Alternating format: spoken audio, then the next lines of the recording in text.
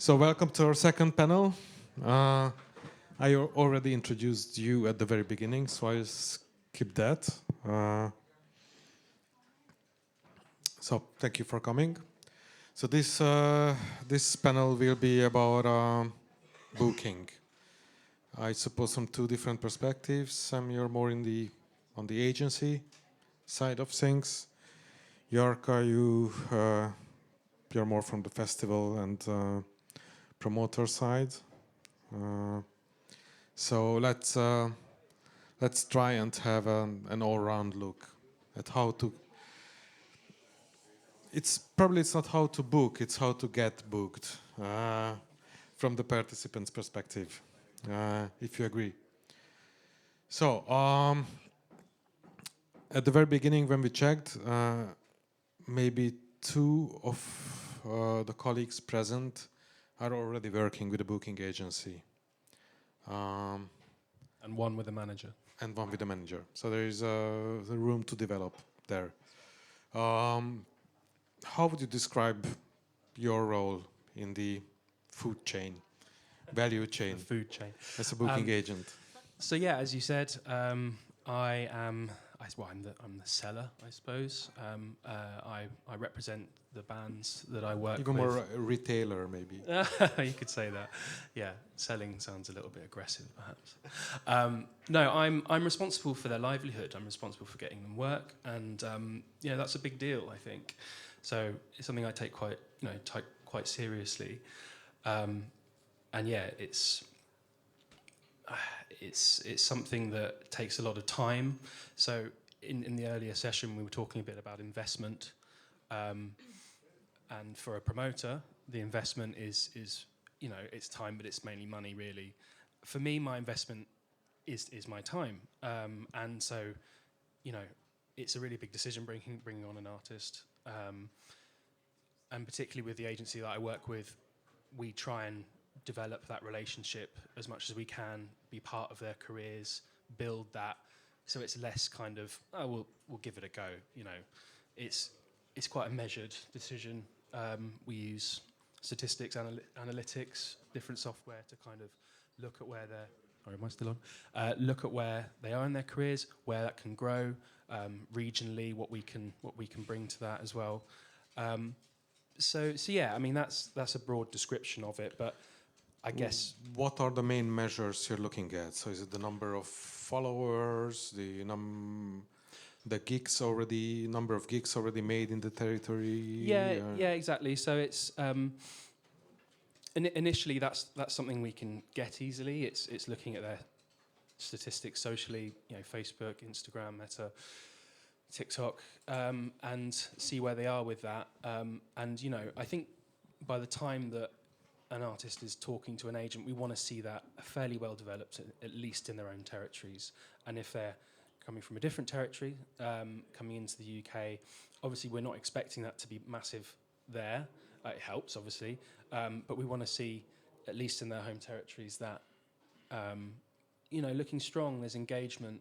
There's a fan base that we can look to try and build in different territories as well. And then part of the conversation, the earliest conversations we'll have, if we set up a meeting, will be looking at their touring history, we want to see the data on that, definitely. We want to see the venues that they've played, particularly in the territories that we would work in. We want to see where they've played, what their ticket sales are, and that's a big part of it as well. Now, obviously, within this context, that might not always be there, but if we're talking about, say, a Hungarian agent looking at a Hungarian band, that will be a big part of what they ask, and it's good to try and keep hold of that information, store that, have a folder somewhere those stats go, so that if you get the opportunity to discuss with an agent representation, you have it there, it's ready to go, and you can deliver that. There's a saying which is luck is hard work meets opportunity. That's a big part of it, is being prepared for when you might get a break for an agent or a manager, as few as there seem to be in Hungary. Correct me if I'm wrong, but I think it's fair to assume that Hungary, for you, it's kind of an obscure market. So you're not following it very closely.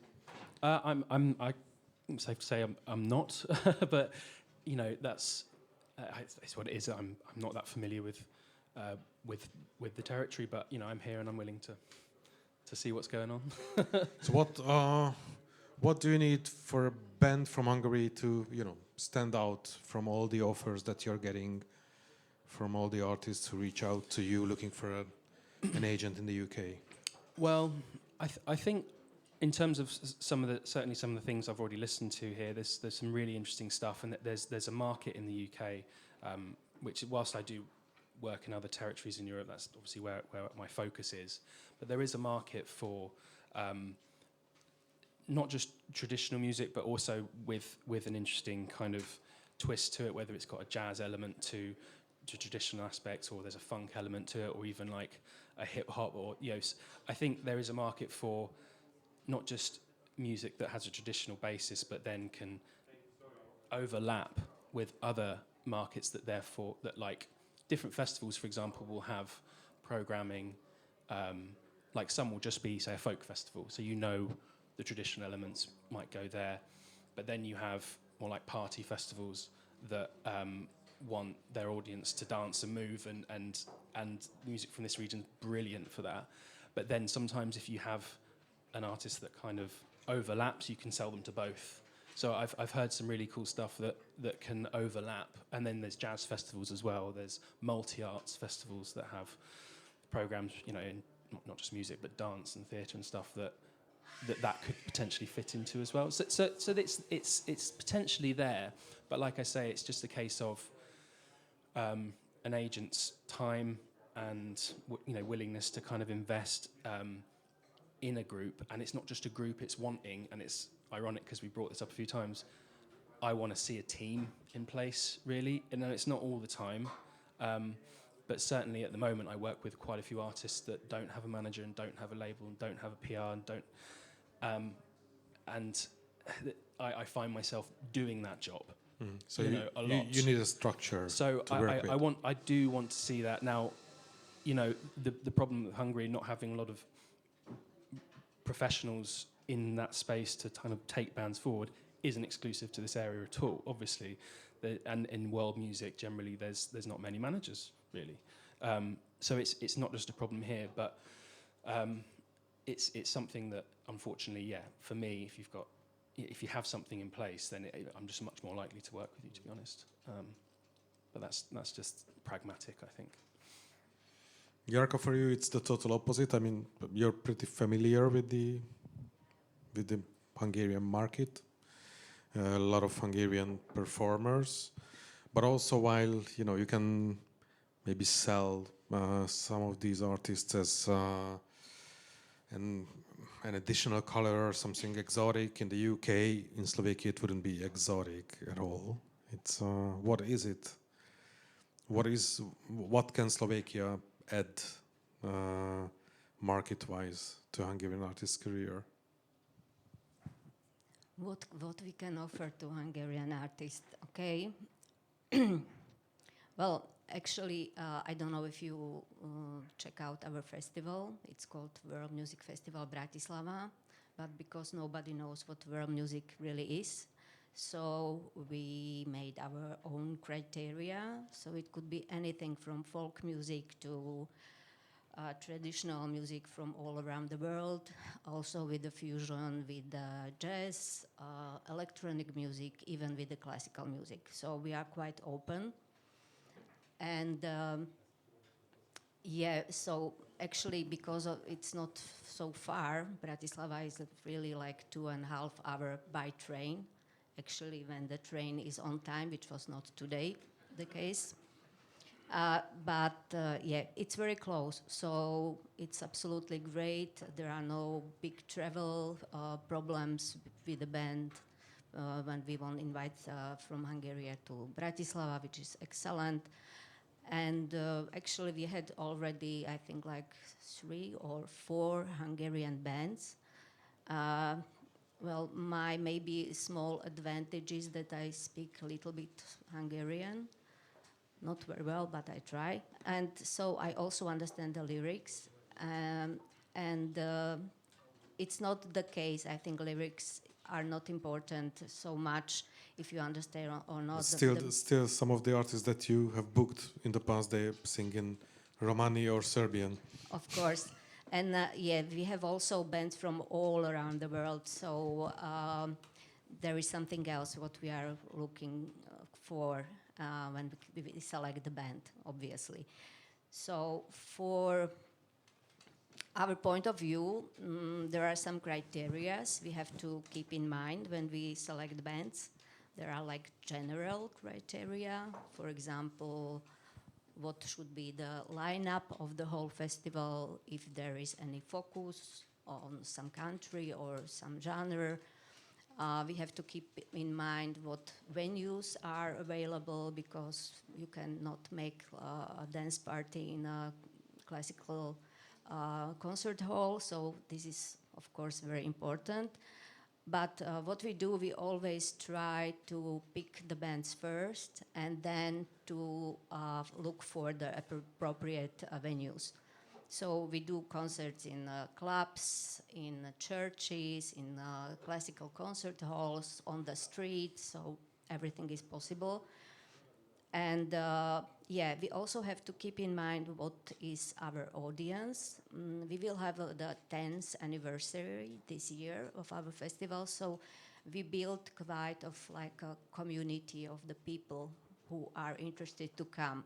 But actually, it's really good to always look for new audience, to try to bring attention to young people, to old people, so to find some kind of like a balance. What I think we are quite successful with it. And yeah, of course, another very important criteria is the budget.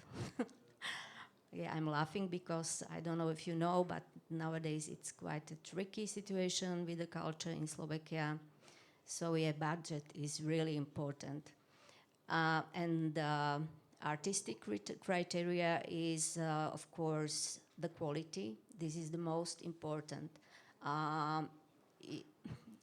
My little advice is that you should be really sure that you are bringing the quality of your music, the best possible way when you approach the festivals. It's different when you play small gigs in a local clubs or whatever, and it's really different when you are trying to approach the international market. But maybe it's also useful to know that you are not fully dependent on ticket sales with the festival. Yes. So it's that's why you can focus on the quality and not so much maybe on the promotion or the outreach of the company. Exactly, and this is the case. I think maybe, I don't know if it's similar in Hungary, but in Slovakia, I think the music market or the offer should not really be just about the big size festivals. If the audience might want something different, so I always, and I was told by my very good friends, big musicians, that don't try to make your festival a big one, because sometimes people look for the cozy places, community meetings with people and audience. They know each other already. They like to be like in very close contact to the music and musicians. And also when you are doing like high quality, I'm not sure if I do that, but at least we try. So it's not really a music for everybody. So I think what is a problem in Slovakia that when there is a Slovak Arts Council, so they are not looking for the diversity in the offer, but more about the successful years before you do the actual edition, and also the number of attendees. But it should be not, according to me, about the number of attendees. If you you cannot compare the 5,000 outdoor festival with the festival which has, I think, during 4 days altogether maybe 2,000 visitors, but it could be a small club with 100 people, but it could be also a concert hall with 400. But we make the diversity in the offer. We make the difference. So it should be really about that everybody could choose from the concert what they want. If we will be like every festival the same level, same offer, it will be so boring. I hope you understand what I mean with that. So we are looking also when we talk about the musicians. Yeah, it should be something have a high quality. It should be maybe original. It should bring something like a message. It could have like a very original touch, which maybe can offer just this band. And yeah, there are many things what make the band for us interesting. Yeah, maybe I made some notes actually, because to be concrete. So I will read a little bit if you don't mind. So for us it's really important what genre or style the band has. It's also very important before we book the band to discuss the repertoire, because it could be possible that one band can play different repertoire for the outdoor big festivals and different in a small venues.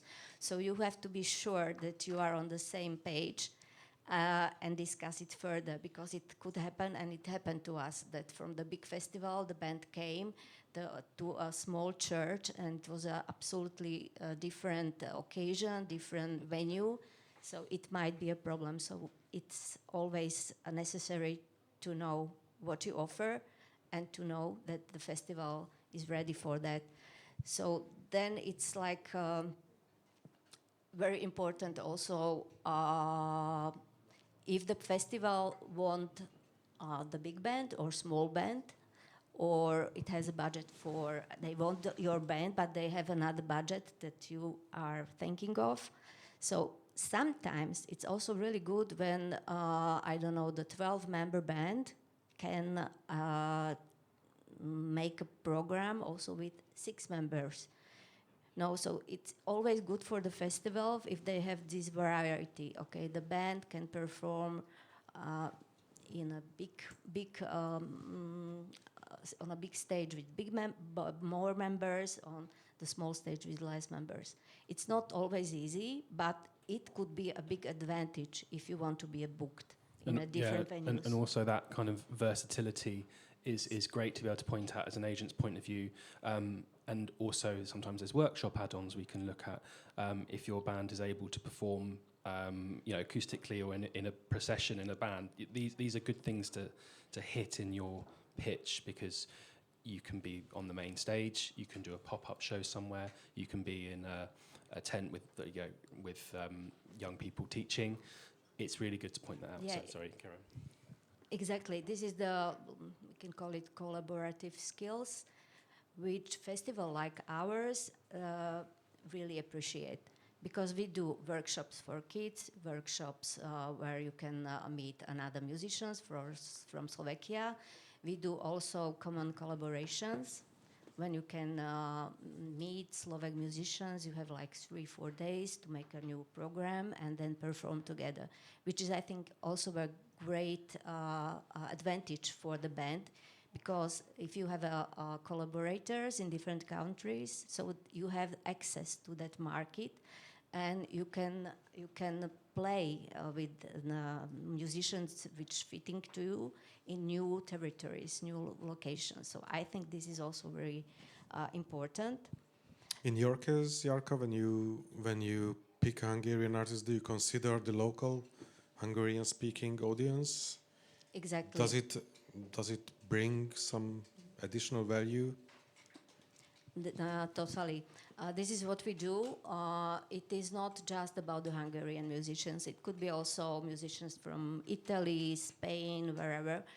When we plan the lineup, we always, it's a part of the PR, that we connect with the embassies with the people who, like expats working in Slovakia from these countries. And we ask always the embassies, invite the people whom you know to the concert, please come, take But part. I'm pretty sure there are more Hungarian speakers than Italian speakers in Bratislava. Yes, of course. Yeah. So it is one of the things that we always try to invite. When it is about the Hungarians, of course, there is a Hungarian embassy, Balassi Institute, I think that's right. And there are also many companies, and even we have a Hungarian broadcasting on the radio, so we let the journalists know that something will happen. So this is what we do. We want to invite also the people who are more connected with the music to our festival. So that's also really important. Yeah. As a festival, do you prefer to work and book through agents, or you prefer to talk directly to the artists, or you just don't care? Yeah, this is really important. Yeah, both. But what is for me the most important, I should really know as much as possible about the band which we choose, or I choose, or we choose. Of course, it's not only me, but yeah, for me it is really good if I know that the band is performing live a lot. And when I want to choose a band, I really need to see perform them live. It's the most important. So that is, I really recommend to all musicians, please go to the gigs anywhere possible, from small to big one, because the experience you will get will help you later on. I know it's a tricky question, showcases, whatever, then they don't pay, whatever, but yeah, for many festival directors... But I refer back to the first panel when investment was a key word. So when you're paying for none or very little money, it's an investment. So. Yeah, but yeah, the festival directors, also agents, they visit showcase festivals, so it's really important to be there, to try to get there. It's an interesting point, Jamila, because a lot of people will say, you know, go to the showcases because you'll meet people, but the point that you're making is also it's just beneficial for, as a band, that almost as a confidence build. You know, I've gone to a different country, I've performed in front of a room of people who know what they're talking about, and it went well. And so that is also an investment in yourself and your own self-belief and what you're doing as well. Yeah, but what I'm trying to say, and I think it's really important for you to know, everything needs the right time. Be really sure that you are prepared. And it means in a very different details. You have to be prepared for the showcasing, because at many showcase festivals you can perform as a band just once. You have no second chance. So you have to be like sure that you are ready. And what does it mean? It means not just you play well, you think you play well. It doesn't mean that you had some concerts so you are ready. No, I think it's important to know that you have to have a really great experience. You have to know your stuff really well. I, for example, I don't like when there is somebody at the showcases or concerts playing from scores. That rarely happens, but it does. Yeah, but yes. it means that the band is focusing on the scores, not on the communication between the musician. They have not time to communicate with the audience. Yeah, they are busy to be like on time. And you can, as a musician, I think you can even not enjoy performing so much when you like pay attention to the scores. So I really recommend the musicians don't play from scores. Be sure that you know your stuff. be sure that you know how to communicate with the others, with the audience. It's like a huge thing for me and for the audience as well. And you have So to be. most of your artist choices come through showcases. Yes, I think, I need to see the bands, so I really choose bands from showcases sometimes. But what we do in Slovakia, I have a very good colleague who is a radio journalist, and he's also part of the World Music Chart Europe panel. So we discuss what is new, what is good, and we trying to look for the right band for what we do and what we want to present at the actual edition of the festival. For example, this year my idea was to show the world music from different sides, like from the side like world music as a spiritual way, and world music like expression, danceable stuff. So it means I will look for musicians which do Sufi music or which perform in Ganava music or Orisha's connection or whatever, or North Sami music. So I will look for these bands, but I will need some advices. And how I will look for them? Okay, so I will check who performed where, what are the albums. I will look for the videos from the live concerts. And of course, I have some agents, friends, promoters, so I will ask them, so can you recommend something? Were you happy with the band? So these are the things what we do. But mostly it's really good when I see the band playing live. It's nothing better than this. It's you can feel the energy which the bands brings. You can see how professional they are. You can see even how they talk on the stage, because this is also important. How do you deal with the poses? Are you professional on the stage? How do you look on the stage? You know, there are some crazy outfits, but for me it's not important. I need good music, not the looks or outfits. It's just while we're on showcasing a little before we move on from it, obviously the performance is really important, but also doing your homework before the conference. There's often a delegate list. Reach out before, send a direct email, because a lot of the time the email addresses are there. I'm much more likely to go to your showcase if you've reached out and asked me directly and you've taken the time, to do that. And I'll then probably feel bad for not coming if you've done that, So fill your room. That's, so also there's the compartmentalize musically, obviously, lots of good reasons, very, very important reasons for that to go well, but also everything around it's super important as well.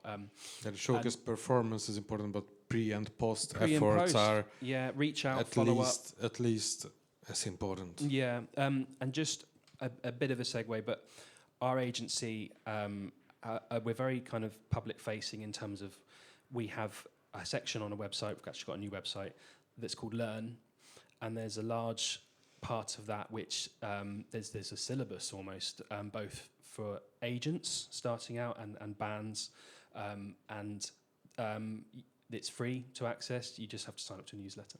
But after that, you get access to a whole wealth of information about tips like how to make the most out of a showcase, and going into some quite minute detail about show deals that often can be quite confusing. Say you're performing for a set fee versus a percentage. You perform a gig, there's maybe like 100 people you think goes really well. You end up without more money than you thought.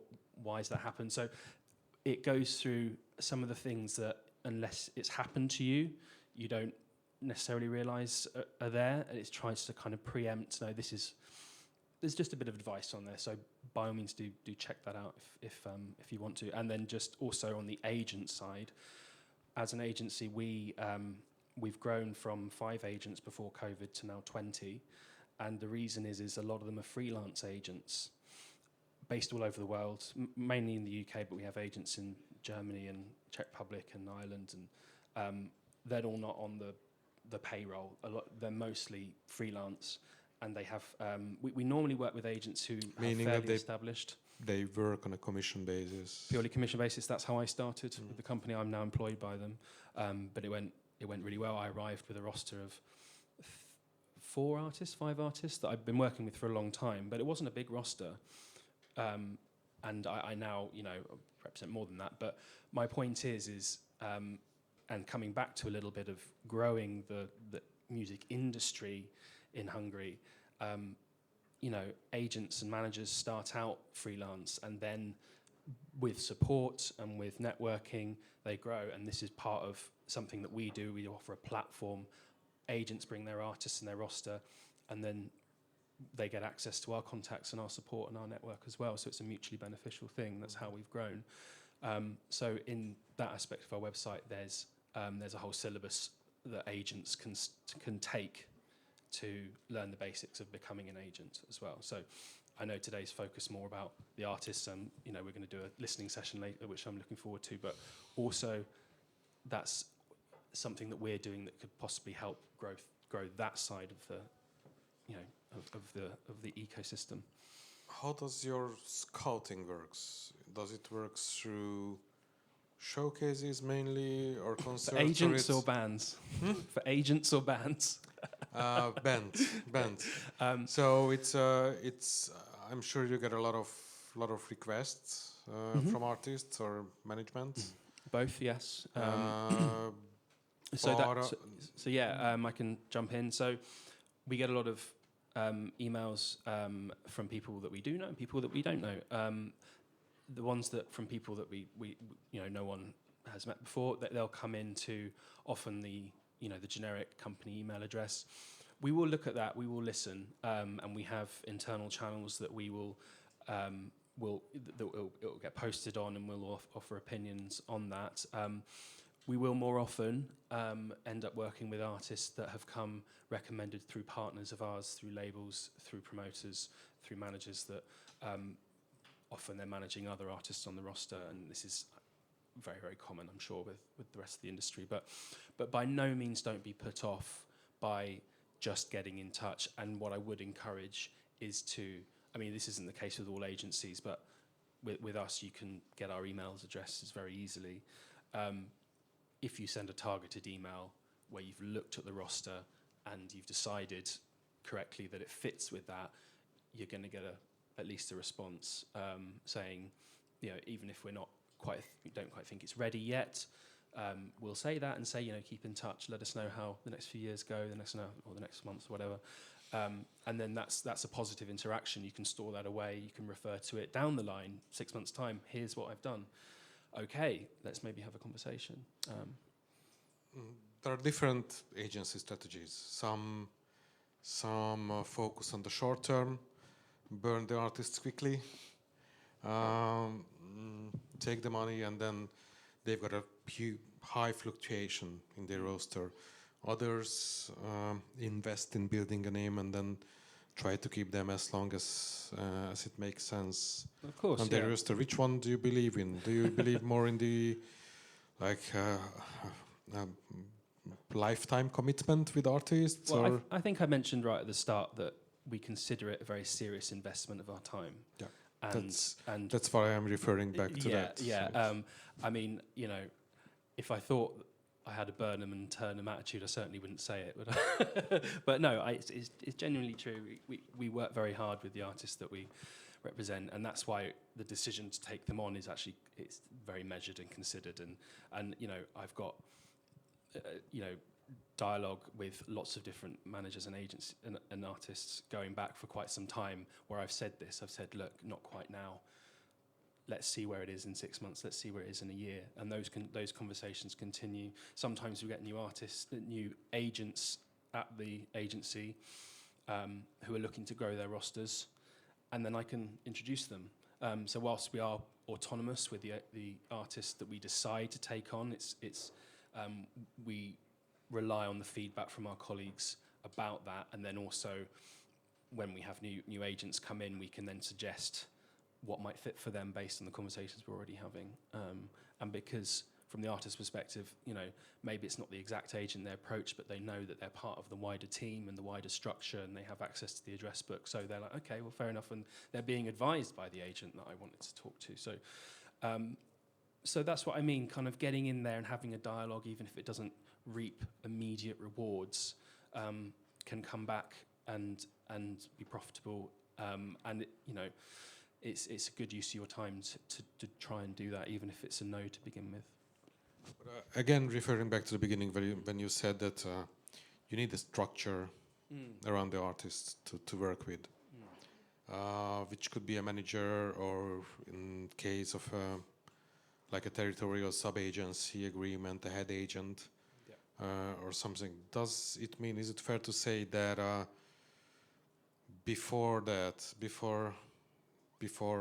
our colleagues here have at least that basic structure, it doesn't make sense to approach you with an offer or with a request? It's hard to apply hard and fast rules to these kind of things, but on a broad scale, yeah, definitely. I think it's not like absolutely never, if you don't have an agent, don't bother getting it. You know what I mean? It's just something I would definitely prefer. And I think me personally, I'm already working with artists that don't have that structure in place, and it's a lot of work. So I'm possibly more reticent than other agents might be about doing that, but they, you know, broadly speaking, that is true. And, you know, working with other agents, I mean, this is perhaps a little bit down the line, but we always like working with sub-agents where we can, particularly if the artists have got to that point where the artist is attractive enough for a partner of agency of ours to want to kind of do that. But it's always preferable to try and work in that way, because they have the contacts and the expertise in that territory more than we do, and it's good to do. I mean, I've got one story about this, which so one of the first artists that I worked with was I worked with an arts education charity when I was becoming an agent, and I was a freelance booker for a Ghanaian drumming group, and they came to the UK very regularly, and they would teach and perform, and I'd been booking them for a few years. And I was talking with the manager, and he was like, I want to get them into French-speaking territories, Spanish-speaking territories, German. It's like, okay. So we interviewed a few different freelance agents about working in those territories, and we were talking to a Spanish speaker. It was going really, really well. And she said, okay, well, what's the name of the band? I said, they're called Cacachichi.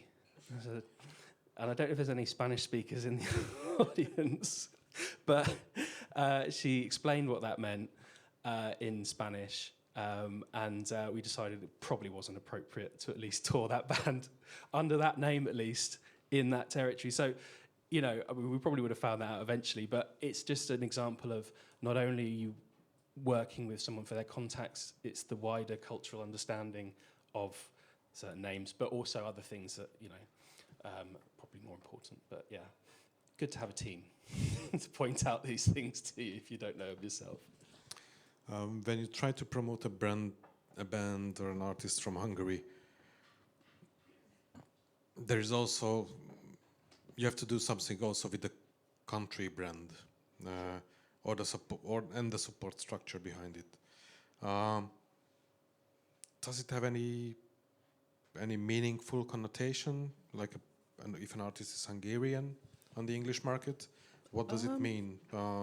What are the top of mind things that... It would probably be generally classed into kind of Eastern European Balkan music, that kind of... People will think of, I know it's Ukrainian, but Gogol Bordello, or they'll put it into that broad category of it's from that area, which is, you know, culturally very myopic, but that's probably where it would be considered to be based similarly to, yeah.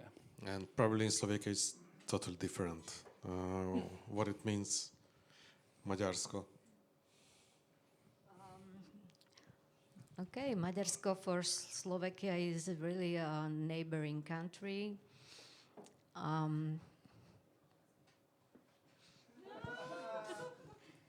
Sorry, I wanted to say that we are in the same sheet, but I didn't say that, okay. You already did. Yeah, we have a common history, a very long history. I think we have a lot of interactions through the art, which are still have their values both in Slovak and Hungarian music. So we are really connected in the artistic, cultural way.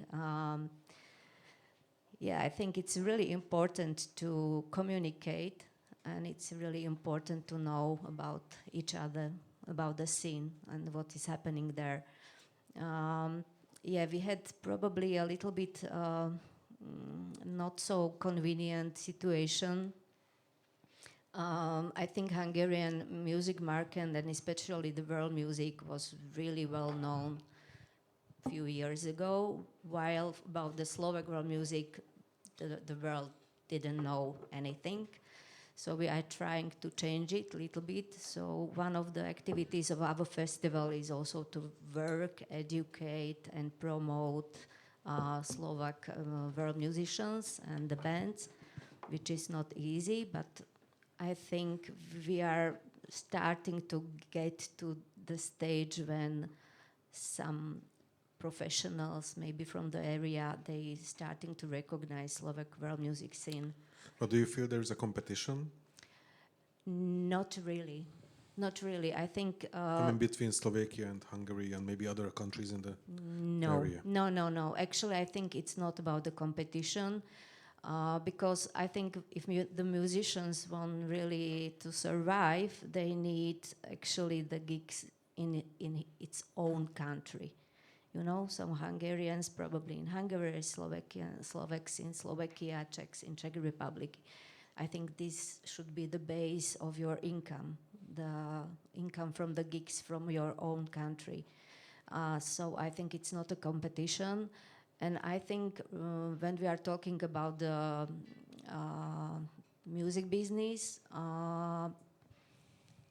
yeah, I still think it's not a competition, because Hungarian world music can offer something else, and Slovak world music can offer something different, which could be like, how to say that, you know, it makes the world music all over the world more interesting.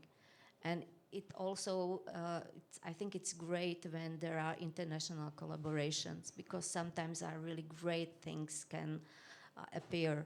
For example, we put together last year the Serbian band with a vocal ensemble consisting from Slovak and Czech singers, and it was just an idea because I know both the band, and I just thought, okay, it might be interesting to put them together, and they enjoyed the collaboration so much that now they are working on the album together, which is great.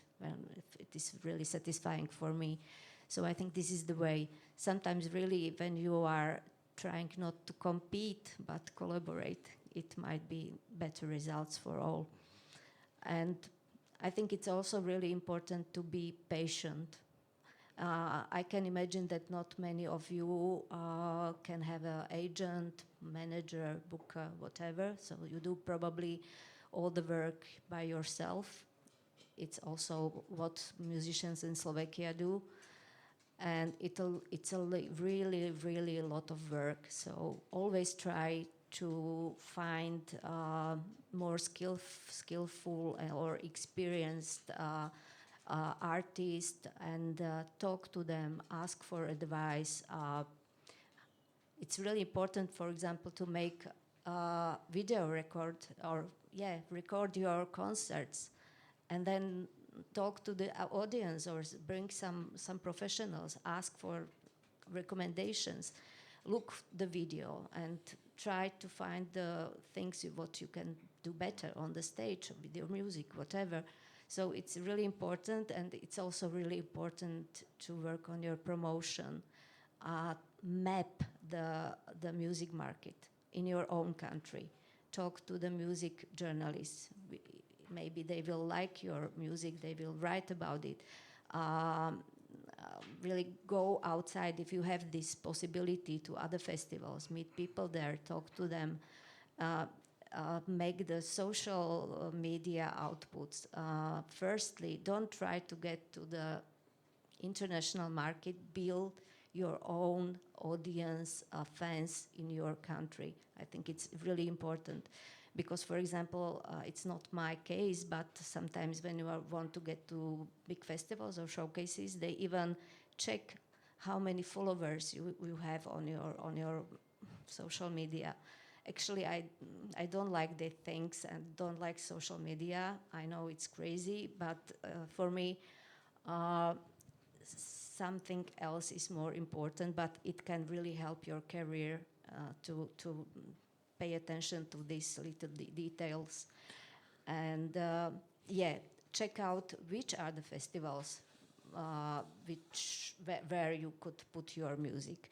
For example, if you check our web page, we have a web page which might help musicians, agents, and bookers. It's called womusk.com. So this web page offers you, for example, the map of Slovakia with clubs where they could put their music gigs on. So check it out. It's not just in Slovakia. You have similar web pages for another countries, like for Czech Republic as well.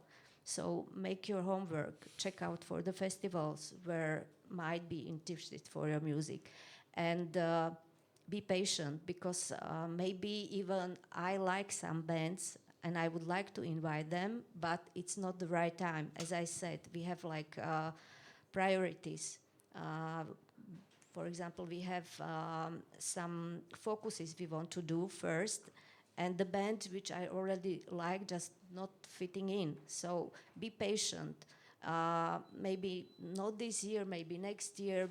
It always it's necessary to feel that you are running the marathon, and you really should not expect the success really quickly. Actually, that sometimes might be a problem. I can tell a story of our one absolutely amazing Slovak band. It was like less than 1 year they got invited to big showcase festivals. They won a lot of awards in Slovakia. They were like famous really quickly.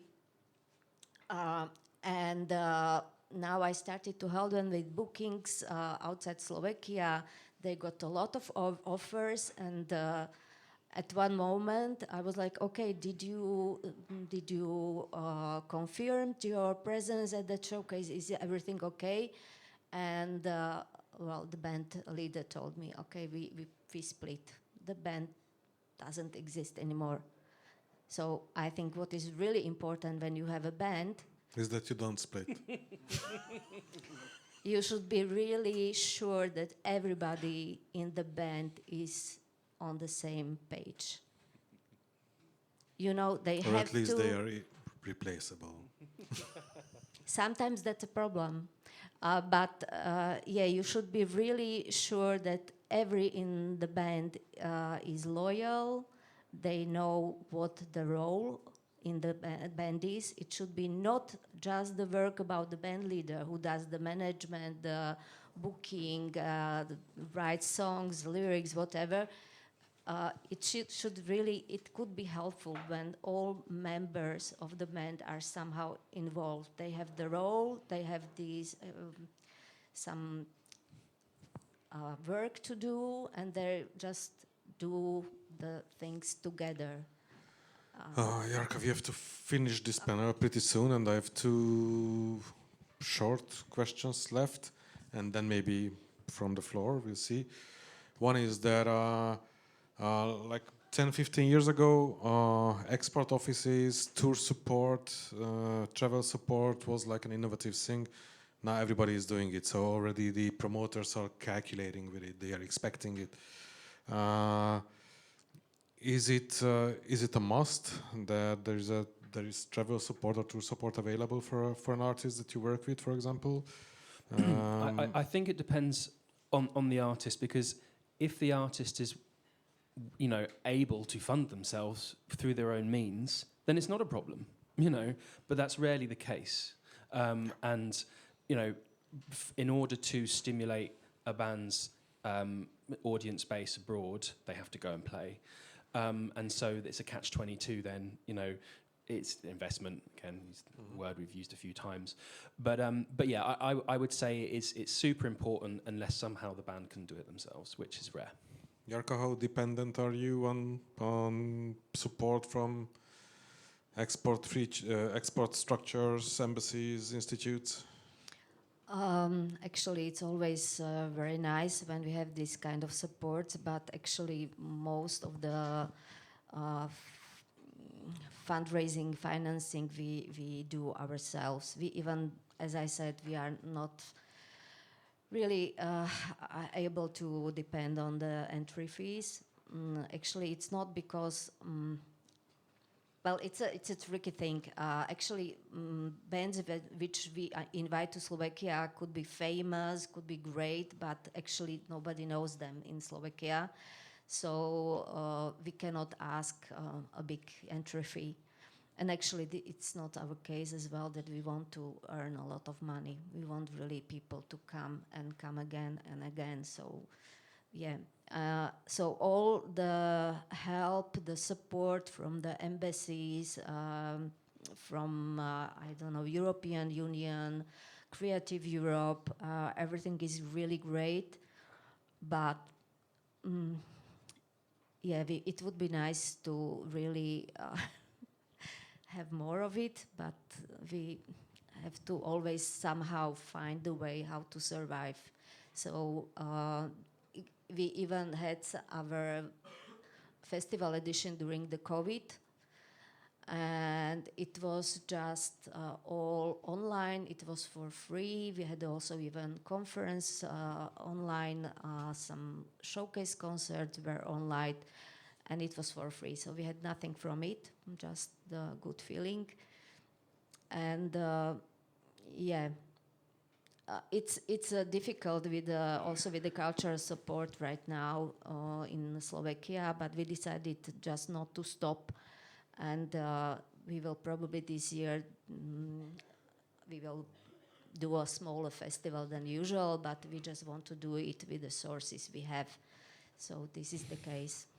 Okay, one last one, UK related. There are terrible rumors circulating about post-Brexit touring in the UK for non-UK artists, bureaucracy, merge trouble, taxing.